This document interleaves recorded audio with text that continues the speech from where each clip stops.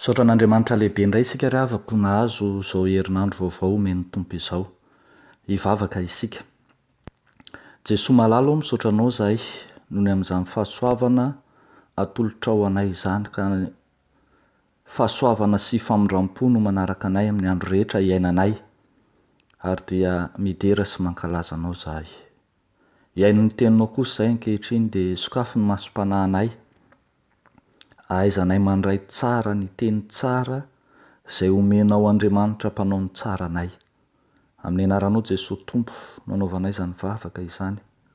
Amen. Mofinaina voalahatra ho antsika anio ry havako ny filazantsara araka ny Marka toko 7 ny 1:2 hatramin'ny 7:30. Marka toko 7 1:2 hatramin'ny 7:30, vakiko amin'ny anaran'i Jesoa manao hoe: Ary Jesoa niala indray tamin'ny sisin-tanin'ny Tiro dia namaky any Sidona sy ny tany Dekapolisy ka nankany amoron-ranomasin'ny Galilea. Ary nisy marenina sady raiki-dehilahy anankiray nentiny tany aminy ka nangataka taminy ireo mba hametrahany tanany. Ary nitondra andra lehilahy ny tanila niala teo amin'ny vahoaka izy, dia nangarona ny sofiny tamin'ny ratsan-tanany, dia nandrora ka nanendry ny lelany. Ary niandrandra ny lanitra izy dia nisento ka nanao taminy hoe Efata, izany hoe maladia. Dia nalady ny sofiny sady voava ny fatoran'ny lelany, ka dia nahateny tsara izy. Ary nandrara ny olona teo Jesoa mba tsy hilazalaza na amin'iza na amin'iza, fa na dia norarany aza izy dia vao mainka nampely izany bebe kokoa. Dia talanjona indrindra ny olona ka nanao hoe: tsara ny nanaovany ny zavatra rehetra, fa sady mampalady ny marenina izy no mampiteny ny moana. Ray masonao manamasinanay amin'ny fahamarinana, ny teninao no fahamarinana. Amen. Ry havako malala ao amin'ny Tompo, ampitomboana mandrakariva ao aminareo ny fahasoavana sy ny fiadanana avy amin'Andriamanitra Ray sy Jesoa Kristy Tompontsika. Amen. Zavatra telo ry havako no handeha lesona ho raisintsika avy amin'ity mofinaina izay omen'ny Tompo atsika ity, indrindra ao anatin'ny fandiniantsika ny loha hevitra trano manao hoe mirosoa amin'ny finoana. Ka hitantsika eto fa ny olona miroso amin'ny finoana dia manaiky anatona amin'i Jesoa amin'izay endriny misy azy ankehitriny. Manaiky anatona amin'i Jesoa amin'izay endriny misy azy ankehitriny. Eo amin'ny 2:30 dia voatanisa eo ny avy any amin'ny tanin'ny hafa firenena, na ilay ataontsika hoe tanin'ny jentilisa an'i Jesoa ankehitriny, ka aneken'ireo olona any amin'iny faritra iny anatona an'i Jesoa. Raha mitentsika hoe hafa firenena dia any amin'ireo tany izay heverina fa maloto, heverina fa mpanota kokoa, kanefa dia hitantsika eto fa tena tsy voasaka ny fahasamihafana sy ny fiheverana ho maloto ny fanantonana an'i Jesoa. Ary ankoatr'izay dia indro no hanampitrotraka izany ny elanelana teo amin'ny aretina izay nangeja ity olona anankiray ity, fa sady marenina izy no raiki-dela, izany hoe moana ihany koa izany. Koa na dia tsy nandre aza izy ny amin'ny asan'i Jesoa dia nahita izy fa azo antonona tsara Jesoa, ary dia indro izy manatona an'i Jesoa ao anatin'ny aretina. Ary tena zava-dehibe koa aza ny faneken'ireo manodidina azy hitondra ito marary ito eo amin'i Jesoa, tahaka an'izay nataon'ireo efa-tany lanja ilay marary ny paralesisa ho eo am' Jesosy tahaka nataon'ireo izay naharary anaka ka nitondra ny zanany marary teo am' Jesosy ka nitenana an' Jesosy hoe ny finoanao no mahavonjy anao.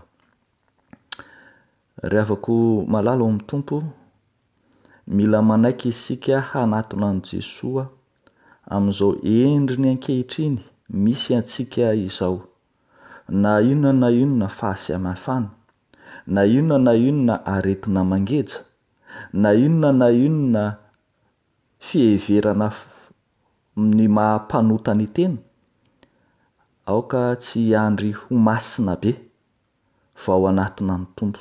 Raha marina ry havana, tsy ho masina mihitsy isika raha tsy manatona azy, ary mba handray ny fahamasinana aza no antony anatonana azy. Jesosy no efa miteny fa izay manatona azy dia tsy ho laviny mihitsy, koa tsy salasala isika hanaiky hanatona azy eo anatrehan'izay rehetra mety ho fahalemena sy fahadisoana, eo anatrehan'izay rehetra mety ho elanelana sy fahasamihafana misy, dia hanaiky hanatona an' Jesosy isika.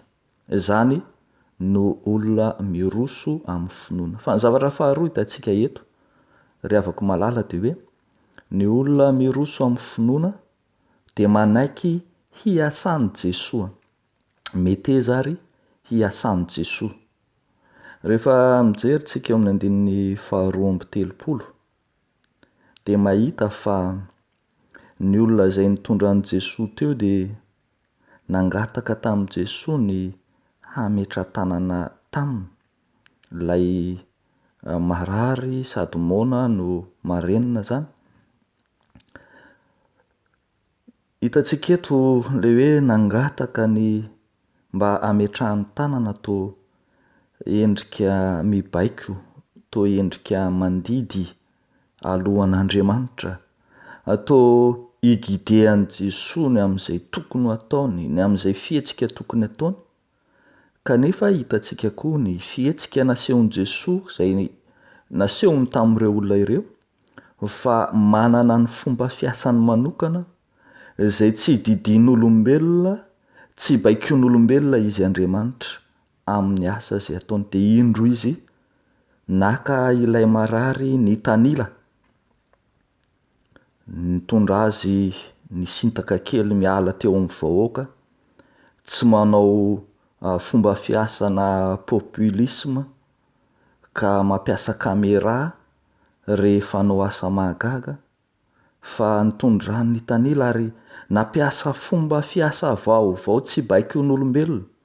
Dia hitantsika daholo reto fomba fiasa ireto, ny amin'ny nangaronany ny sofiny tamin'ny rantsan-tanana, ny amin'ny nandrorany ka nanendry izany tamin'ny lelany, izay tsy takatry ny saina, izay toa maharikoriko ny fiheverana azy, kanefa ihany koa dia ahitantsika ny fomba fiasan'i Jesosy. Narahany teny hoe efata, izay midika hoe maladia, dia hita taratra misongadina ao anatin'izany ny asan'ny finoana arahan'asa. Tsy sanatria akory mitaona antsika ankehitriny hanao fihetsika toy izany, fa anehoana fa tsy voafetran'ny fomban'olombelona ny fiasan'Andriamanitra, manana fomba fiasa vaovao mandrakariva izy, fa ny zava-dehibe dia ny hanekeny hiasan'Andriamanitra eo amin'ny fiainana. Ny antsoina hoe finoana mantsy ry havako, ny antsoina hoe finoana dia ilay asan'Andriamanitra eo amin'ny mpino andaniny, miampy ny faneken'ny mpino hiasan'Andriamanitra. Izany hoe zany, tsy Andriamanitra miasa ihany ny finoana, fa ny mpino manaiky ihany koa dia asan'Andriamanitra. Noho izany, mila manaiky hiasan'Andriamanitra isika raha te hiroso marina amin'ny finoana masina. Ny farany ray havako malala izay hitantsika amin'ity soratra masina ity dia ny hoe ny olona miroso amin'ny finoana dia manaiky hanambara ny fahatsaran'Andriamanitra.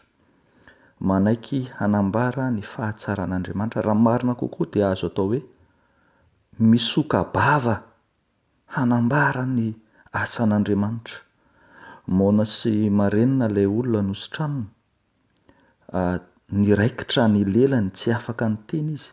Fa eto kosa dia hitantsika fa nosokafan'Andriamanitra ny lelany mba ho afaka hanambara, hiteny ny voninahitran'Andriamanitra, ny fahatsaran'Andriamanitra, ny asan'Andriamanitra rehetra.